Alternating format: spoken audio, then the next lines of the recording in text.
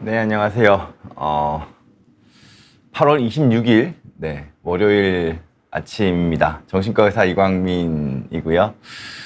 정신과 의사의 세상 읽기라는 걸로 꽤 오랜 기간 그래도 여러분들을 매주 만나 뵙고 있는 것 같습니다. 날씨가 아직까지 좀 물론 덥긴 합니다만 확실하게 폭염의 기세는 꺾인 것 같습니다. 이제 이러고 나면은 진짜 가을이 오고 추석 지나고 나면 금방 또 추워지겠죠. 올 한 해도 이렇게 좀 빨리 지나가는 것 같아서 좀 여러 가지 생각들을 해보게 됩니다. 최근에 제가 되게 많이 바빠졌습니다. 뭐 이것저것 활동하는 부분도 많아졌고, 그러면서 매스컴에 노출되는 경우도 좀 많아졌어요. 근데 어젯밤에 이제 꿈을 꾸는데, 이제 가끔씩 혼자서 꿈 분석한다 그랬잖아요. 어젯밤에 꿈을 꾸는데, 이렇게 TV에 제 모습이 나오는데 너무 이상한 거예요. 제가 봐도 너무 이상한 거예요. 그러면서 이제 화들짝 놀라가지고 이걸 어떻게 수습하나 막 이런 생각을 하면서 잠에서 깼는데, 돌아보는 거죠. 저 스스로 돌아보는 거죠. 근데 최근에 제가 계속 그런 생각들을 하고 있기는 했거든요. 내가 지금 약간 폭주기관차처럼 삶을 살아가고 있다. 내가 나 스스로를 지금 돌아보지 못하는 것 같다. 내 삶을 돌아본다는 표현이 참 어휘적으로 참 좋은 것이, 나 자신을 내가 본다는 거잖아요. 근데 어느 순간 우리는 나 자신을 내가 보는 걸 까먹어 버려요.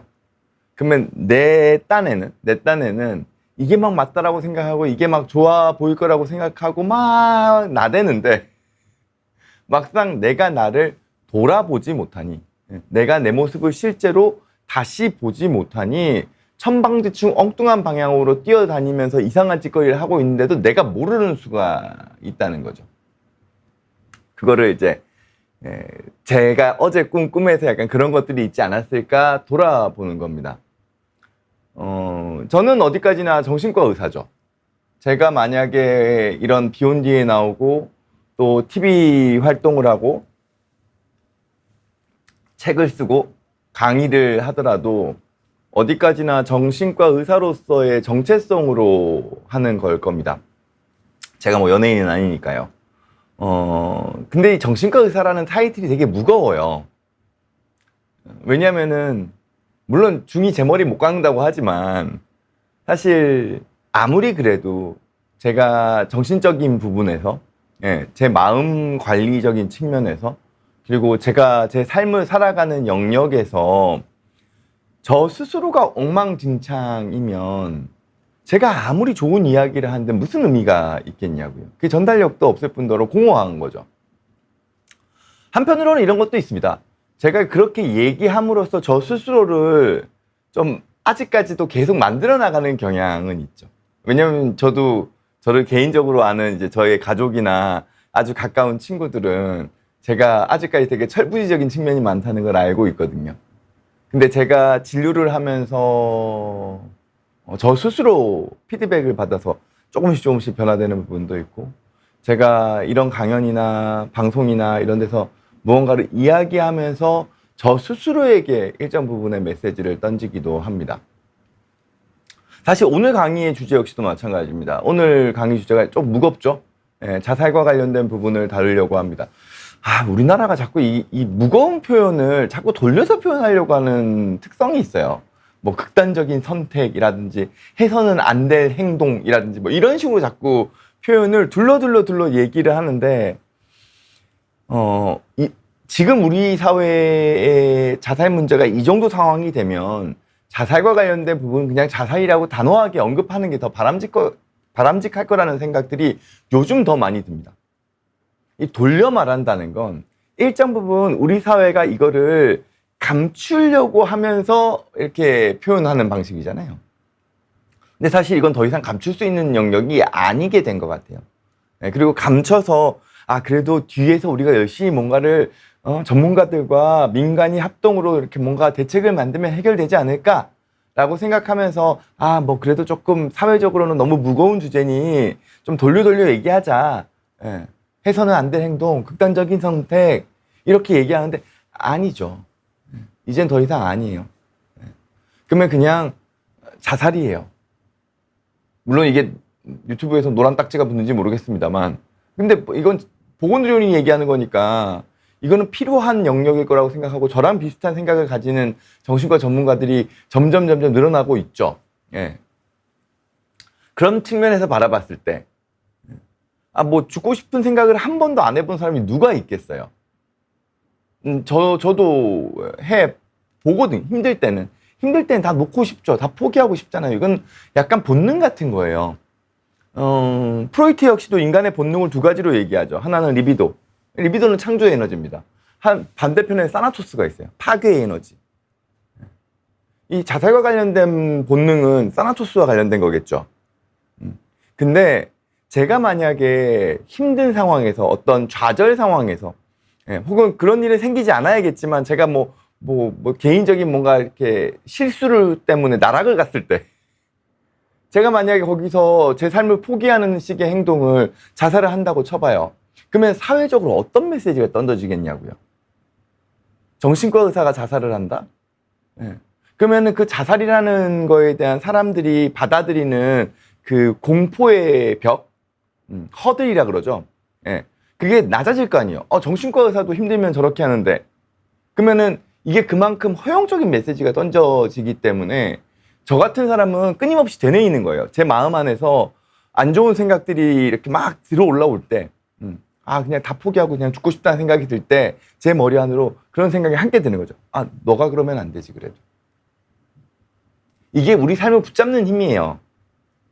그게 때로는 저 같은 경우에 이제 정신과 의사의 정체성도 있고, 또 어떤 분, 저도 포함해서 가족 때문에, 자녀를 위해서라도, 내 사랑하는 내 배우자나 내 이성 친구든, 혹은 하다못해 우리 집에 있는 반려동물들 때문에라도, 그렇게 우리 삶을 붙잡아 나가는 거죠.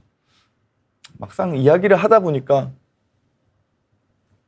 너무 초반부터 결론으로 들어가 버린 것 같은 느낌이 드는데, 그래도 인사를 좀 하면서 시작해 보겠습니다. 건강미님께서 되게 일찍 들어오셨어요. 제가 오늘 웬일로 비욘드 스튜디오에 예정 시간보다 한 10분 정도 일찍 왔거든요. 근데 건강미님 일찍 오셔가지고 인사해 주셨어요. 안녕하세요, 좋은 아침입니다. 관심 있는 주제네요 라면서 질문도 해주셨어요. 이거 질문 제가 후반부에 꼭 다뤄드리도록 하겠습니다. 왜냐하면 되게 오늘 주제랑도 일맥상통하는 주제여서 좀 아껴놨다가 조금 뒤에서 답변 드릴게요. 그리고 세영진마님께서도 인사해 주셨고, 주화의 미안 채널님, 그리고 고흥유자차님께서도 인사해 주셨고요. 윤희님께서도 인사해 주셨네요. 배제크님, 산너머님, 그리고 최혜령님께서도 인사해 주셨고, 최혜령님께서는 원장님 최근 방송을 많이 봐서 좋아요 라고 하는데, 아마 당분간은 조금 계속 나올 것 같은 느낌이 듭니다. 이렇게 얘기하면 또 줄더라고요. 원래 그렇죠. 이게 고조가 있으니까요. 오영도님께서도 인사해 주셨고, 피디님들한테도 오영도님은 인사를 해주셨네요. 자, 또 있나요? 네. 흑화군님께서도, 네. 자살은 선택이 아니라 사고라고 생각합니다. 그쵸. 정말 맞는 표현이세요. 사고기 때문에 여기에 대해서는 미리 예방할 필요가 있는 거예요. 우리가 사고를 예방하기 위해서 애쓰잖아요. 그리고 사고가 생겼을 때 빨리 수습하려고 애쓰는 거죠. 그리고 이건 어디까지나 실수고 잘못이지만 개인에게나 주변 사람들에게 피해가 될 수 있죠. 분명히요. 건강님께서는 흑한군님 말에 공감을 해주셨고, 엔젤님께서도 인사를 해주셨네요. 엔젤님께서는 노인 자살률도 우리나라가 높다던데 그런가요? 라고 하셨는데요. 노인 자살률은 그래도 예전보다 좀 떨어졌습니다. 왜냐하면 노인 자살률은 대부분 노인 빈곤이에요. 노인 빈곤이 문제다 보니까 이제 이런 거거든요. 내가 정말 이제는 너무 나이가 들어서 일도 못하고 그냥 정말 자식들한테 짐만 되는 것 같아. 이렇게 어르신들이 생각이 될 때 이제 자살을 시도하시고, 그리고 노인분들은 몸이 아무래도 약하시기 때문에 그 자살과 관련된 성공률이 높아져 버려요. 그래서 자살에 대한 어떤 수치가 더 높게 나오는 측면이 있거든요. 근데 노인분들께서 일정 부분 경제적인 지원을 국가로부터 일정 부분의 최저 생계가 유지 가능할 정도의 지원이 가능해지면, 예, 가능해지면, 내가 자식들한테 짐이 아닌 거예요, 더 이상. 그냥 나 혼자 살아가면 돼요. 그럼 굳이 자살을 생각하실 이유가 없어지는 거죠. 자, 그래서 오늘 주제를, 좀 무거운 주제를 좀 시작해 보도록 하겠습니다. 오늘의 제목은 정신보건 응급상황이라고 제가 조금, 제가 자극적인 제목 달지 말라고 기자분들한테 맨날 제가 뭐라 하는데 저도 오늘은 자극적인 제목일 수 있죠. 근데 틀린 말은 아니거든요. 뭐 물론 기자님들도 그렇겠지만. 근데 이거는 공익적인 목적이 있죠. 어그로를 굴지 끌려고 제가 이 제목을 붙인 거는 아닙니다. 예. 실제로 지금 자살과 관련된 상황은 국가적인 위기 단계라고 저는 보여져요. 상황은 이렇죠. 이게 2주 전 기사입니다. 2주 전 기사인데 지금 작년 5월까지의 그러니까 상반기죠.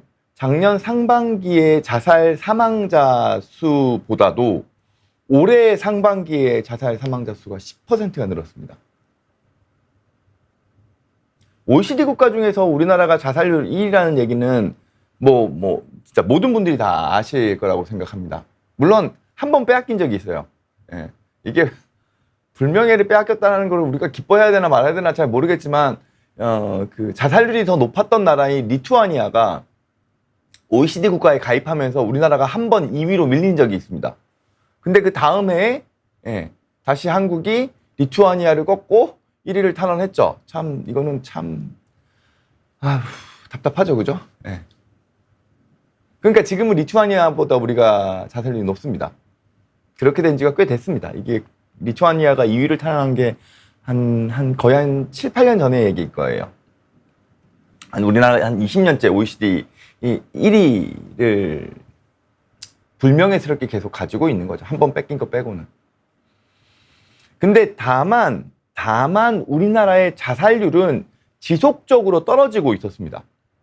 왜냐면은 어쨌든 OECD 1위라는 불명예가 있으니까 정신과 의사인 저 같은 경우나 저희 여러 정신과 전문가들 뿐만 아니라 이제 국가적으로도 자살률을 낮추기 위한 여러 가지 대책을 지속적으로 해왔어요. 네, 국회를 포함해서요. 그러니까 전문가와 그리고 정치인과 그리고 민관이 다 합동으로 자살률을 낮추기 위한 노력을 지속적으로 해왔고 실제로 우리나라의 자살률은 꾸준히 떨어지는 추세였습니다. 근데 지금 작년 데이터가 아직까지 다 공개가 되진 않았지만 작년 데이터가 재작년보다 지금 한 6%가량 높아졌다는 이야기가 있어요. 근데 지금 올해 상반기에 이 임시 데이터인 자살 사망자 수가 10%나 높게 나타났다고 얘기를 하는 거죠. 그러니까 지금 정신보건 응급 상황이라는 용어를 붙일 수밖에 없다고 생각을 합니다. 왜냐하면 정말 지속적인 노력과 그리고 정부에서 이 자살률을 낮추기 위한 예산도 많이 편성되어 있어요. 그리고 여러 가지 지금 이번 정권이 들어선 다음에도 전국민 마음관리 사업 비슷하게 또 투자된 사업들이 있거든요. 그런데 지금 결과가 이렇다는 거에 정신과 전문의들도 어떻게 보면은 당황스러운 거죠. 우리가 이렇게 노력하는데 우리가 이렇게 뭔가 다양한 조치들을 통해 가지고 자살률을 낮추려고 애를 쓰고 있는데 왜 떨어지지 않고 더 올라가지? 우리가 지금 뭘 놓치고 있는 걸까에 대해서 심각하게 고민을 해야 되는 상황이 됐어요. 지금 무슨 얘기냐면 거의 10여 년에 걸쳐 가지고 다양한 투자와 전문가들과 민관이 합동으로 노력을 했는데 우리가 아주 큰 걸 놓치고 있다는 얘기잖아요. 그러니까 높아졌다는 거니까. 그러니까 이거를 근본에서부터 지금 다시 판을 짜야 되는 상황이 됐다고 저는 생각을 해요. 물론 기존에 하셨던 노력이 결코 헛되다는 건 아닙니다. 실제로 우리나라 자살률이 많이 떨어졌어요. 예. 그리고 자살과 관련된 부분은 그 사회 경제적인 부분과 문화적인 측면이 다 복합적으로 나타나기 때문에 그 트렌드 자체가 매년 다를 수밖에 없습니다. 그러니까 작년의 대책이 올해의 대책하고는 또 달라져야 되는, 올해의 대책이 달라져야 되는 상황이 있을 수밖에 없는 거예요. 지금 우리 사회가 가지고 있는 당면한 현실 자체가 작년하고 달라졌기 때문이라는 거죠. 그래서 지금 이제 꽤 최근에 그래도 발표된 겁니다. 한 2, 3개월 전에 발표된 사업일 거예요. 지금 지금 진행하고 있습니다. 예. 지금 이번 정권에서 처음 시작하는 거고, 이거 전 국민입니다. 대상이 전 국민이에요.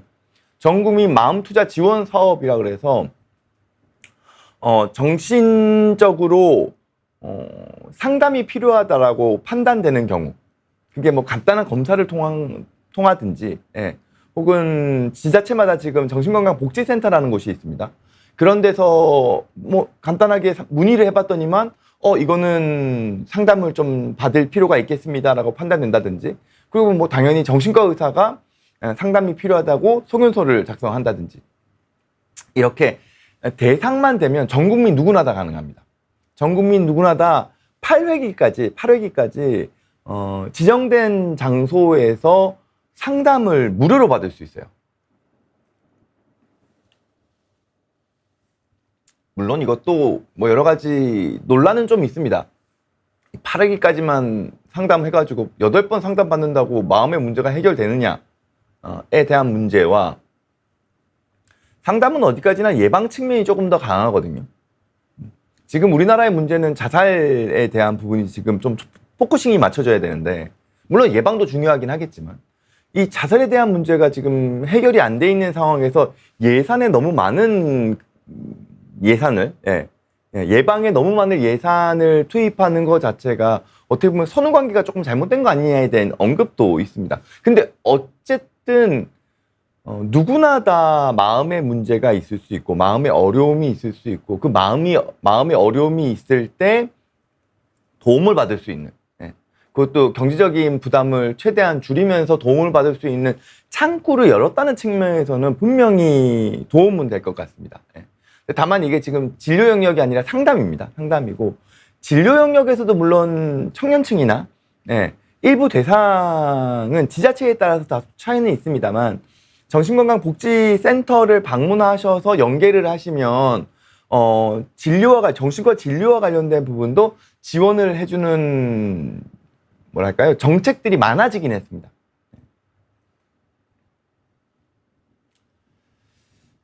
아까 말씀드렸던 마음관리 투자 사업에 있어가지고의 약간의 그래도 조금 허점에 대한 기사도 있고요. 23일 기사, 이거 대한민국 남성이 위험하다는 YTN 라디오에서 경희대학교 정신과의 백정우 교수님이 나오셔서 인터뷰를 하신 내용입니다. 내용이 상당히 좋습니다. 내용 상당히 괜찮고, 시사하는 바도 많고, 지금 제가 그걸 통해 가지고 여러분들한테 전달드리는 내용도 많습니다. 그리고 워낙 백정우 교수님께서 우리나라 자살 어떤 대응 체계에 어떻게 보면 선봉에 서 계신 최고의 전문가시기 때문에 뭐 항상 제가 너무 존경하고 또 많이 배우는 교수님이거든요. 근데 이 교수님 언급에 따르면, 이번 10% 정도 작년 대비 올해 상반기에 자살 사망자가 늘어난 인구 중에는 연령별로 봤을 때 중년 남성이 좀 도드라지게 높아졌다라는 언급이 있습니다. 그러니까 아주 예전에는 이제 아까 말씀드렸듯이 노인 자살률이 우리나라의 심각한 문제였고, 그리고 난 다음에는 좀 복합적으로 바뀌었어요. 청소년이나, 그리고 중년 여성, 그리고 청년층도 일정 부분 포함되어 있었고요. 그리고 코로나 시기 때는 중년 여성에 대한 부분이 좀 많이 높아졌었습니다. 근데 지금 포스트 코로나 상황에서, 코로나 상황이 끝나고, 지금 최근 몇 년 사이의 트렌드를 봤을 때 남성의 자살률이 높아지고 있다는 부분은, 이거는 경제적인 측면이 일정 부분 영향을 미칠 걸로 본다는 거죠. 예. 지금 우리 사회의 경제적인 위기도 우려되는 상황이고 실제 그런 측면들이 없지 않아 있기 때문에 거기에 직격탄을 맞는 경우가 이제 중년 남성들이거든요. 예. 예전에 IMF 때가 그랬죠. IMF 때에 자살률이 높아졌을 때 그때 당시에 이제 취약계층이 또 중년 남성들이었거든요.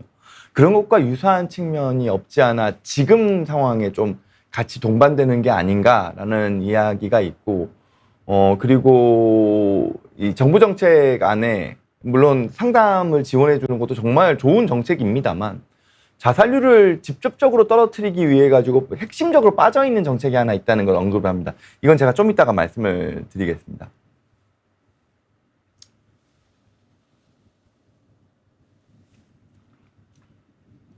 그러면 왜 자살률이 높아졌을까?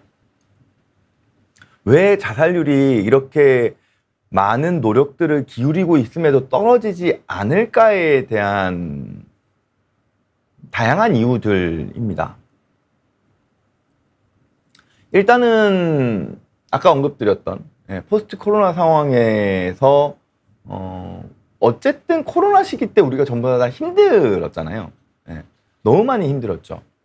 그리고 대인관계도 많이 어려워지고 교육적인 측면에서도 어려워졌고 그리고 아이들이 학교를 안 가는 상황이 되다 보니까 가정 내의 부담도 커져버렸고 그리고 코로나 상황으로 인해서 경제적인 위기를 겪으신 분들도 많으시죠.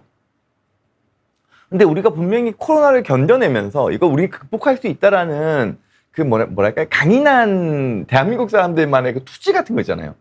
그런 걸로 극복해냈단 말이죠.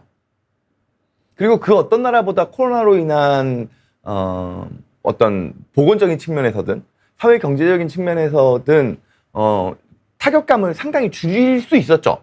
그 대한민국 사람 특유의 그 투지와 끈기로.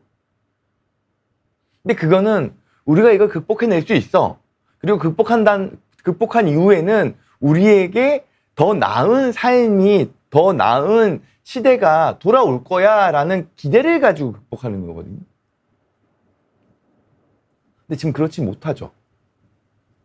경우에 따라서는 경제적으로 이전보다 더 힘들다라는 이야기를 하시는 분들도 있습니다. 그러다 보니까 포스트 코로나가 되면 우리가 좀 더 여유가 생기고 삶도 좀 더 풍성해지고 우리 삶이 가지는 행복감도 높아질 거라고 생각했는데 그렇지 않다 보니까 그 상실감이 더 커지는 거죠. 우리는 아무리 불우한 환경이라도 적응해버리면은 거기서는 또 어떻게 견뎌내면서 살아요.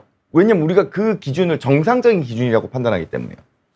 그 안 좋은 환경은 비록 되게 절망적인 상황이라 하더라도 그 상황이 통상적인 우리가 가지고 있는 기준치가 되어버리면 우린 거기에 적응하면서 살거든요. 근데 우리는 변화에 더 취약해요. 우리가 더 좋았던 시대가 있었단 말이죠. 근데 코로나 상황이 되면서 떨어졌어요. 그러면 우리는 이 떨어진 거에도 힘들지만 여기서 다시 끌어올려야 돼 라는 걸로 버텨냈다는 거죠. 근데 올라가지 않아요. 나 올라갈 거라고 기대를 했는데 그럼 이만큼의 나의 기대차가 생기잖아요. 그럼 우리는 그 상황에서 오는 상실감이 정서적인 타격감이 훨씬 더 커질 수 있다는 거죠.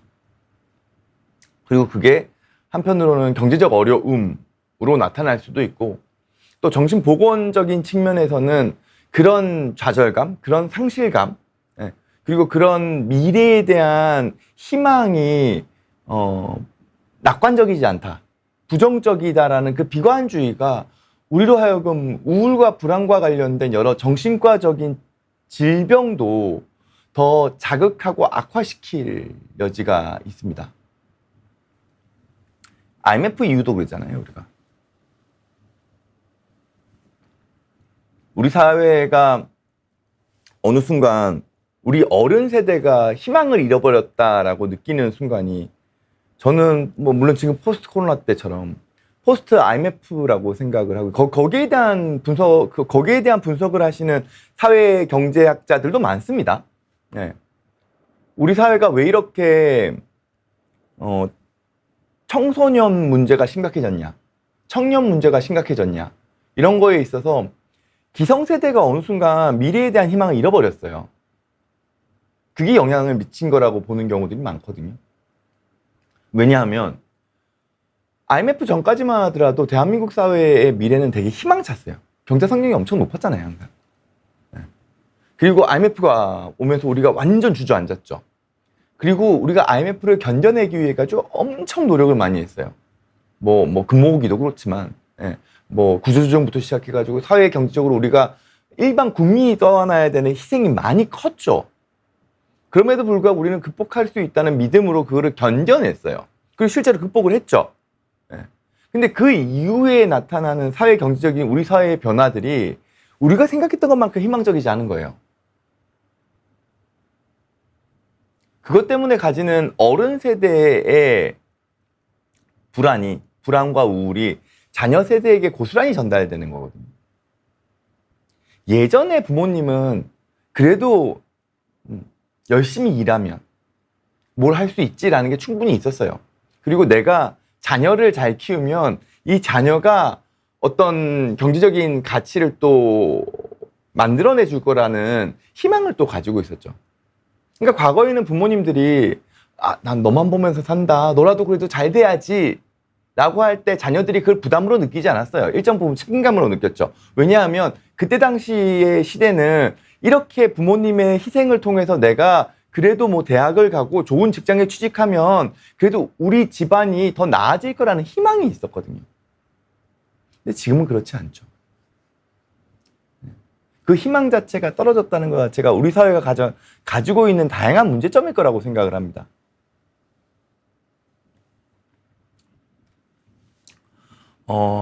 그리고 마지막 하나의 원인은 이야기하는 게 너무 안타깝습니다만 또 조심스럽습니다만 지금 올해 상반기, 올해 초반 1, 2월까지의 자살 사망자 수가 많아지는 요인은 베르테르 효과라고 봤었습니다. 작년 말 한 연예인의 자살 사망으로 인한 영향으로 봤었고요. 근데 다만 그게 지금 4, 5월까지 이어지는 거는 좀 다른 요인일 거라고 생각을 합니다만 어쨌든 이 베르테르 효과에 대한 것도 무시는 못합니다.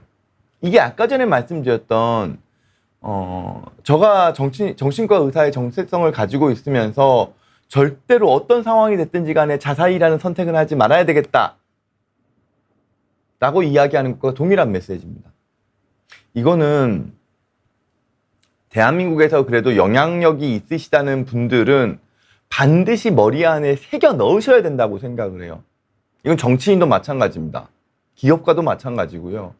연예인도 마찬가지고, 그리고 저처럼 그래도 조금 대중적으로 알려져 있는 전문가들 역시도 마찬가지입니다. 영향력 있는 사람이 자신의 삶을 자살로 마감해 버렸을 때 사회적으로 미치는 영향은 그 무엇보다 그 사람을 잃었다는 상실감도 있지만 그것보다 더 큰 건 저렇게 유명한 사람도 힘들면 자살할 수 있구나 라는 식으로 자살을 되게 허용적으로 바라보는 시각이 생기게 됩니다. 그렇기 때문에 죄송하지만 돌아가신 분들께는 죄송하지만 사회적으로 영향력 있는 분들이 자살이라는 결정을 내려서 생을 마감했을 때 그건 지나치게 비겁하고 그리고 정말 이기적이고 그리고 사회적으로 악영향을 미쳤다라고 생각합니다. 그분이 어떤 분이든 간에 정치인도 포함해서입니다.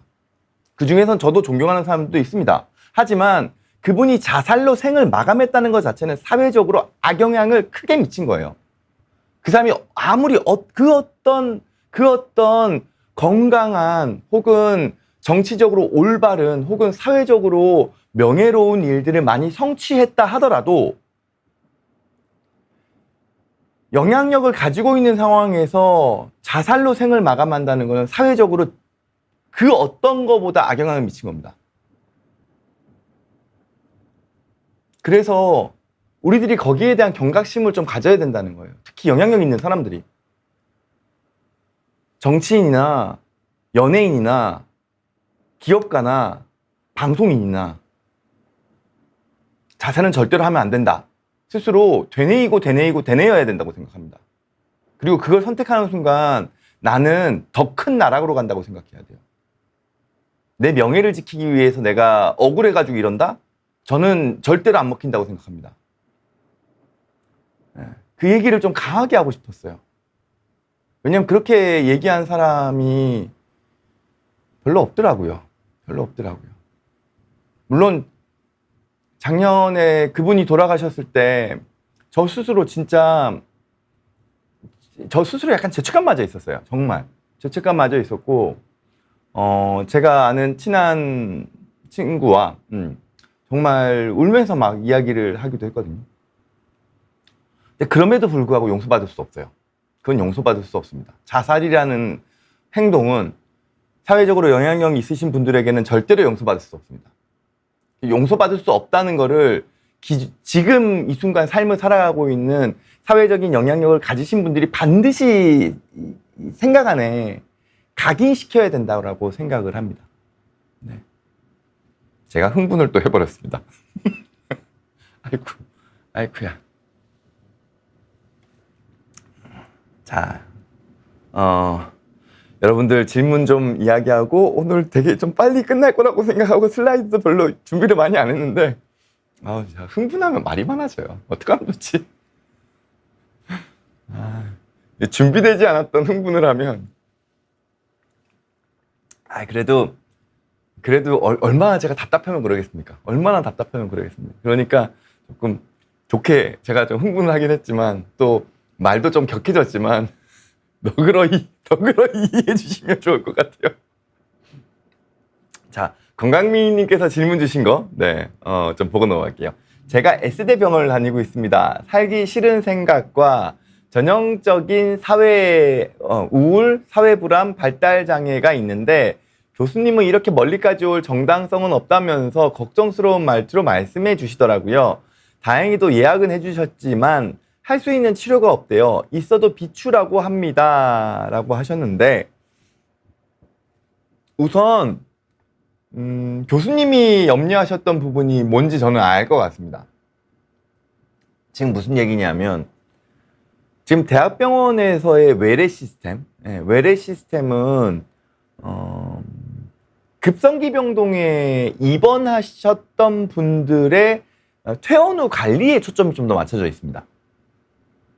혹은 급성기 정신질환으로 인해서 입원을 고려해야 될 정도로 증상이 심한 분들의 초점이 맞춰져 있어요. 그러다 보니까 경증이거나 혹은 상담이 좀 필요한 경우, 좀 시간을 들여가지고 어떤 치료를 해야 되는 경우에는 입원 치료를 배제하고는 대학병원이 비효율적입니다. 좀 더 세게 얘기하면은 대학병원에서 그런 진료가 불가능합니다. 물론 일부 대학에서 가능한 경우도 있습니다만 기본적으로는 어렵습니다. 특히 교수님 진료라면 더욱더 그렇습니다. 왜냐하면 정신과에서도 대학 교수님들이 50명 넘는 환자를 하루에 보거든요. 많은 경우에는 100명을 넘기기도 합니다. 하루에 그렇게 진료를 보는 거예요. 그러면은 차분히 앉아서 그래도 너가 가지고 있는, 그러니까 이분이 가지고 있는, 너라고 표현하면 되죠. 네, 이분이 가지고 있는 사회적인 어려움, 대인관계에서의 어려움, 가족관계에서의 어려움, 그리고 자존감과 관련된 부분들, 그래도 내가 사회적으로 펼치고 싶은 꿈들을 어떻게 발현시켜 나가야 될지에 대한 현실감을 잡아가는 과정들, 이런 거에 대한 대화를 나눌 수가 없죠. 그래서 건강미인님께서 조금은 필요하신 영역은 저는 멘토 같은 정신과 의사일 거라고 생각을 하거든요. 그러니까 내 삶을 잘 가고 있는지 가이드 해줄 수 있는 의사. 그래서 이런 의사는 사실 대학병원에서 찾기는 어렵습니다. 그래서 가급적이면은 집이나 직장 인근에서 편하게 갈 수 있는, 그래도 조금은 상담이 가능한 정신과를 좀 추천해 드리고요. 혹은 약물 치료가 지금 필요한 상황이시라면 약물 치료는 정신과 선생님한테 간단하게 하시면서 좀 이런 멘토적인 역할은 별도의 상담을 통해서, 뭐 상담센터 등을 통한 상담을 통해서 좀 이어나가시는 게 조금은 더 나을 거라고 생각을 합니다. 근데 제가 강조하고 싶은 건 이거예요. 우리 삶의 멘토는 되게 중요합니다. 왜냐하면 내가 가지고 있는 문제는 나 스스로 꾸준하게 바라보기가 어려워요. 돌아본다라고 표현하잖아요. 돌아보기가 어려워요. 그때 멘토가 있으면 그 멘토가 내가 알지 못했던 부분들을 계속 보여주거든요. 그리고 내가 가지고 있는 문제들을 같이 고민해 주는 거죠. 그 멘토가 결정을 내려주는 건 아닙니다. 하지만 같이 고민하면서 내가 조금은 더 내 삶에 필요한 결정을 할 수 있도록 도와주죠. 그게 우리 삶에서 나이가 들더라도 멘토가 필요한 이유입니다. 저만 하더라도 멘토가 있으니까요.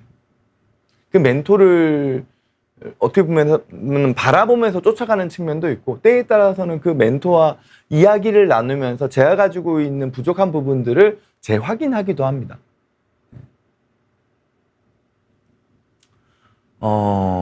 팅이님께서는 남자 60대시고 F람정을 복용하고 있습니다 라고 하셨고요. 본인은 불안증인 것 같은데 병원에서는 이 약을 처방해 주세요. 내성이나 금단 현상이 있는 약인지요? 라고 하셨는데, F람정은 성분명은 S시탈로프람이라는 약입니다. 세로토닌과 관련된 약이고요. SSRI 계열의 세로토닌 약이고, 가장 어떻게 보면 부작용이 없는 SSRI 계열의 약이라고 보시면 됩니다. 용량이 어떠신지는 잘 모르겠지만 나이도 이제 60대 정도가 되셨기 때문에 우리 뇌에서 세로토닌이라는 신경전달 물질은 여유감이라는 걸 좀 만들어줍니다. 근데 여유감이 있으면 불안이 있더라도 내가 감당하기가 수월해져요. 그런 측면에서 지금 F람정을 드시는 거는 나쁘지 않은 약물이라고 생각을 하고, 또 특히 저만 하더라도 연령대가 좀 있으신 경우, 60대 아직까지 젊긴 하십니다만 그래도 이제 중년은 지나서 이제 중장년층에 걸쳐 있는 나이대니까요. 중장년층에 걸쳐 있는 나이대니까. 우리 뇌는 노화가 우리 신체와 동일하게 이루어집니다. 우리가 얼굴에 주름이 생기고 근육도 좀 줄면서 몸이 약해지듯 우리 뇌 역시도 그 기능이 조금씩 떨어지거든요. 그게 극단적으로 떨어진 경우를 우리 치매라고 얘기를 하지만, 치매까지는 아니더라도 정상적인 범주에 있다 하더라도 우리 뇌는 나이가 들어가면서 조금씩 늙어갑니다. 그러면 당연히 세로토닌과 관련된 부분도 떨어질 수 있어요. 그거를 약으로 일정 부분 보완하는 거죠. 우리가 혈압약으로 혈압을 관리하고 당뇨약으로 혈당을 관리하듯이 말이죠. 그런 부분들이 일정 부분 필요할 수도 있어서 걱정 안 하시고, 용량을 제가 정확하게 잘 모르겠습니다만 아주 높지 않은 용량이라면 10ml 안팎의 용량이라 그러면 걱정 안 하시고 드셔도 된다고 생각을 합니다. 최근에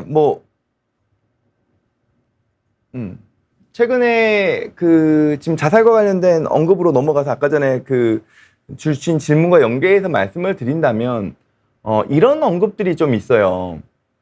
우울증 약과 관련된 거를 더 적극적으로 사용할 수 있도록 해줘야 된다. 아까 말씀하셨던 세로토닌 관련된 SSRI와 관련된 항우울제를 자살의 위험성이 있는 경우에 더 적극적으로 사용할 수 있도록 그 사용과 관련된 허들이라 그러죠. 여러 가지가 있습니다. 정신과 의사가 더 적극적으로 사용할 수도 있겠지만, 신경과라든지 내과라든지 가정의학과에서 더 적극적으로 사용을 할 수 있도록 해줘야 된다라는 언급이 지금 나오고 있습니다. 물론 일정 부분은 일리가 있는 말이긴 합니다. 근데 SSRI도 부작용이 없는 건 아닙니다.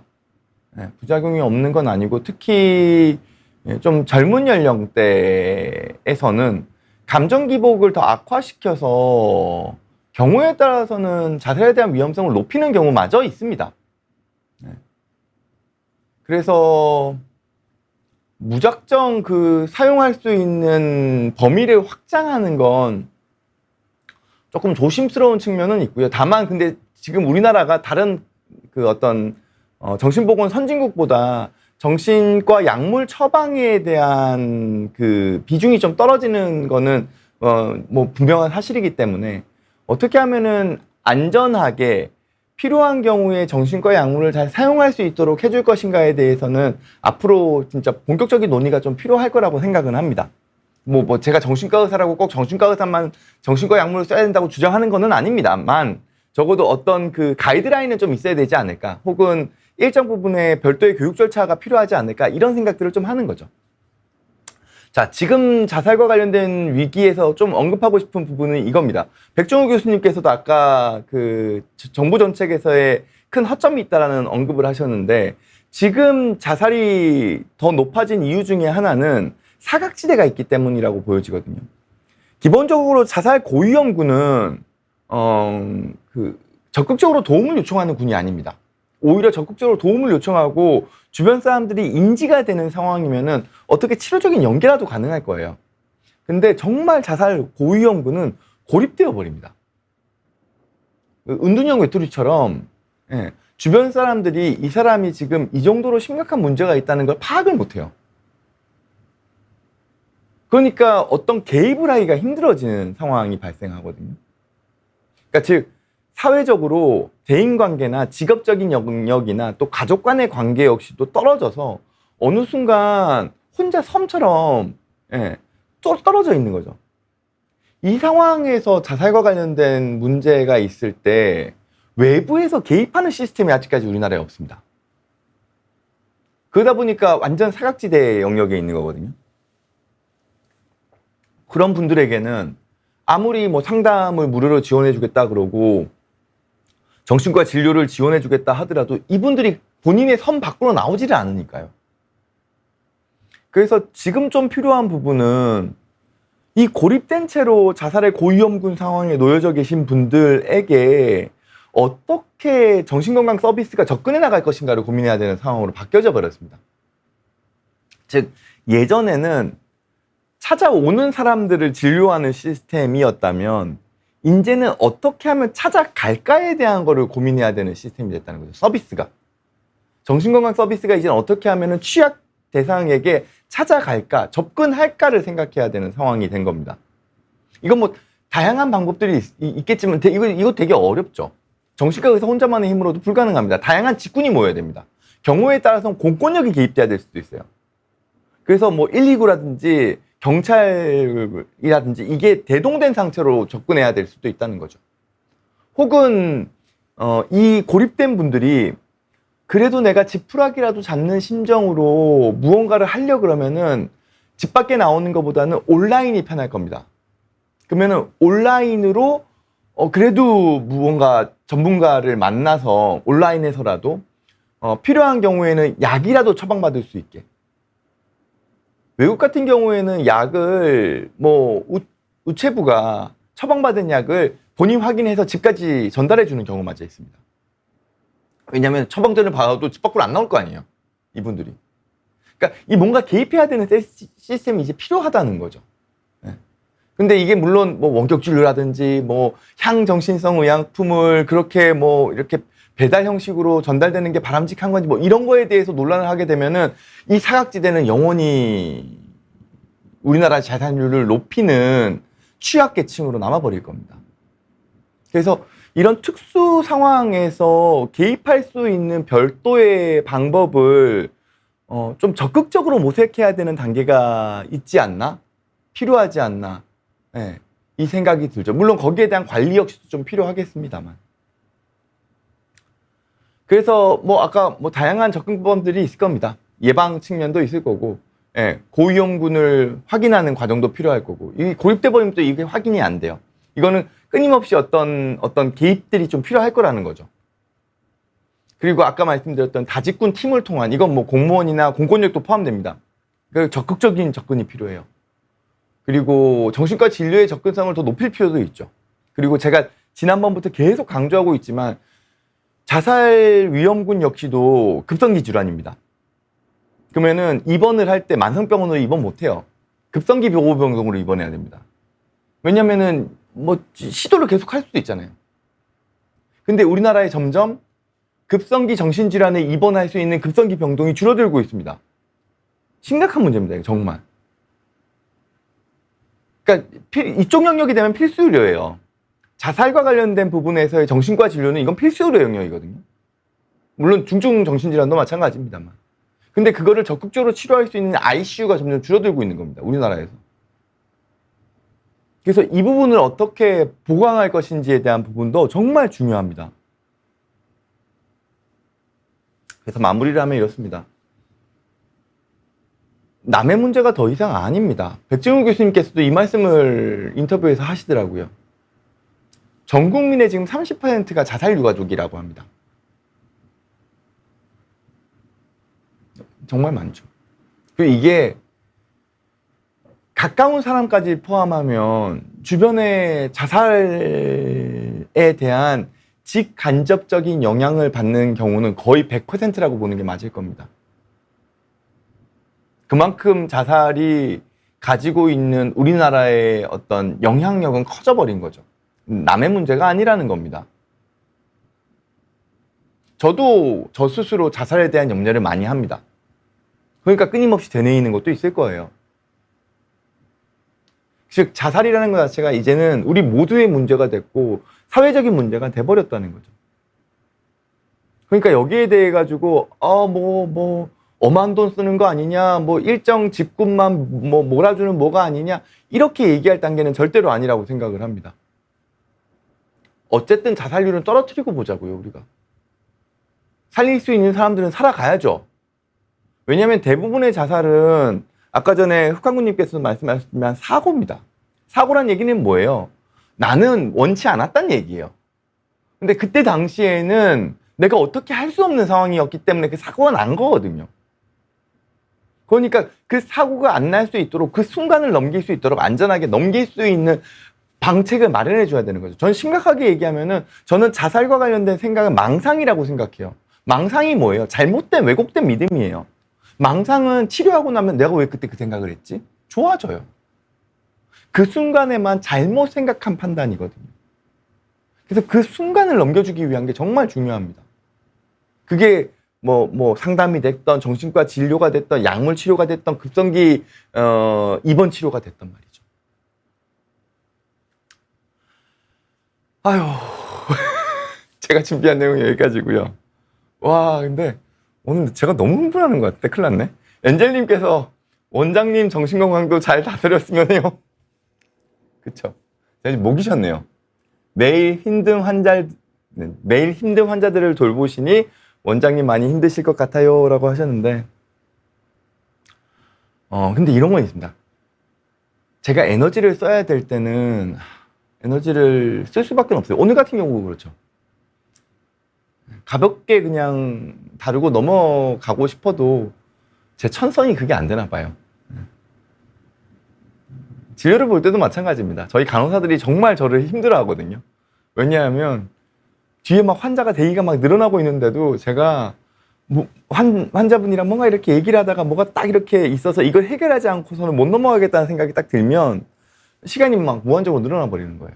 그럼 뒤에 환자분들은 또 막 컴플레인 하시고 그럼 간호사들 그 다 대응한다고 힘들어지고 그런 거죠. 그러니까 제 천성이 일단 이거는 어떻게 해서든지 붙잡고 씨름해야 돼 라고 생각이 되면은 약간 앞뒤 안 가리고 약간 덤벼드는 타입이라 지금도 목이 쉴 정도로 에너지를 쓰는 거죠. 왜냐하면 이렇게 얘기하는 게 필요할 것 같아서요.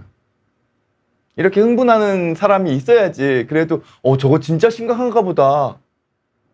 이게 이 내용을 조곤조곤 얘기하잖아요. 물론 그렇게 얘기해야 되는 사람도 필요하죠. 물론 그렇게라도 얘기를 해야죠. 근데 라디오에서 흥분할 수는 없으니까요. 뉴스에서 흥분할 수는 없잖아요.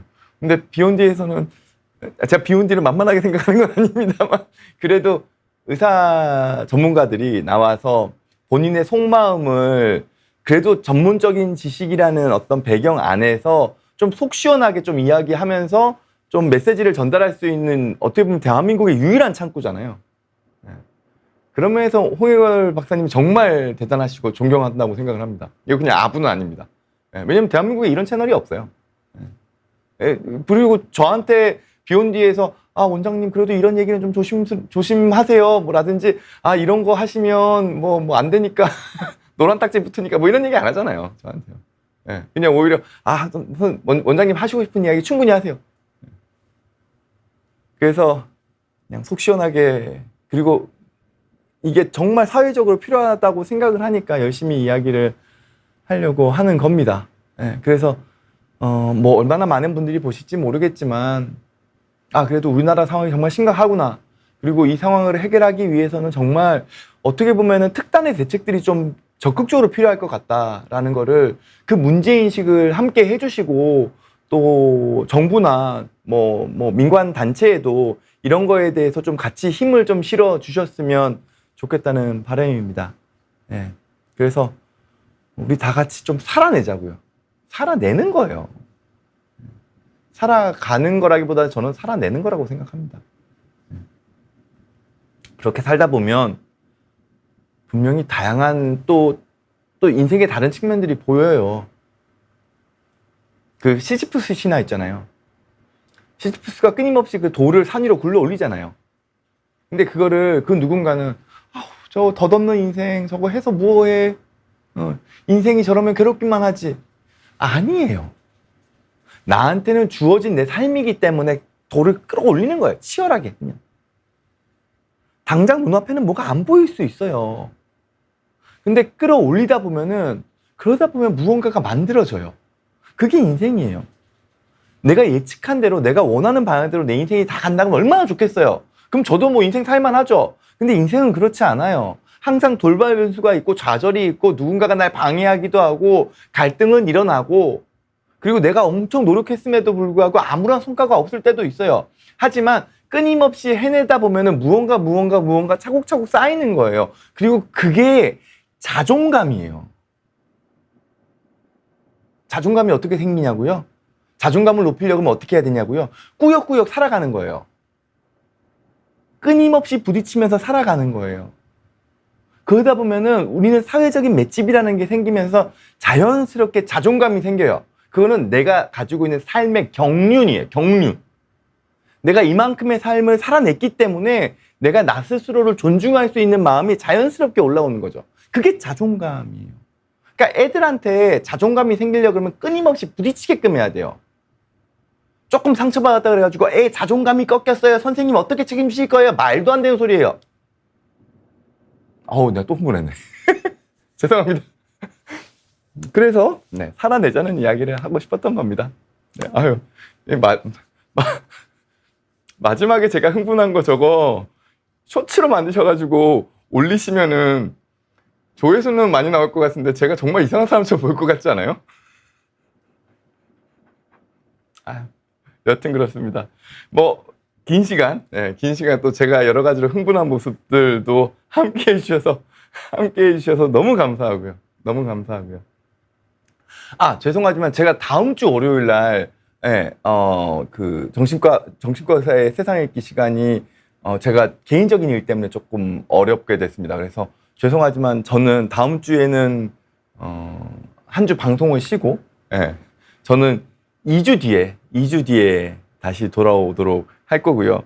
저는 이번 주 화요일 날도 스모킹건에 나오고요.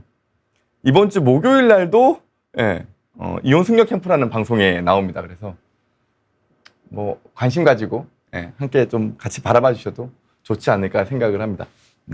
긴 시간 함께 해주셔서 감사하고요.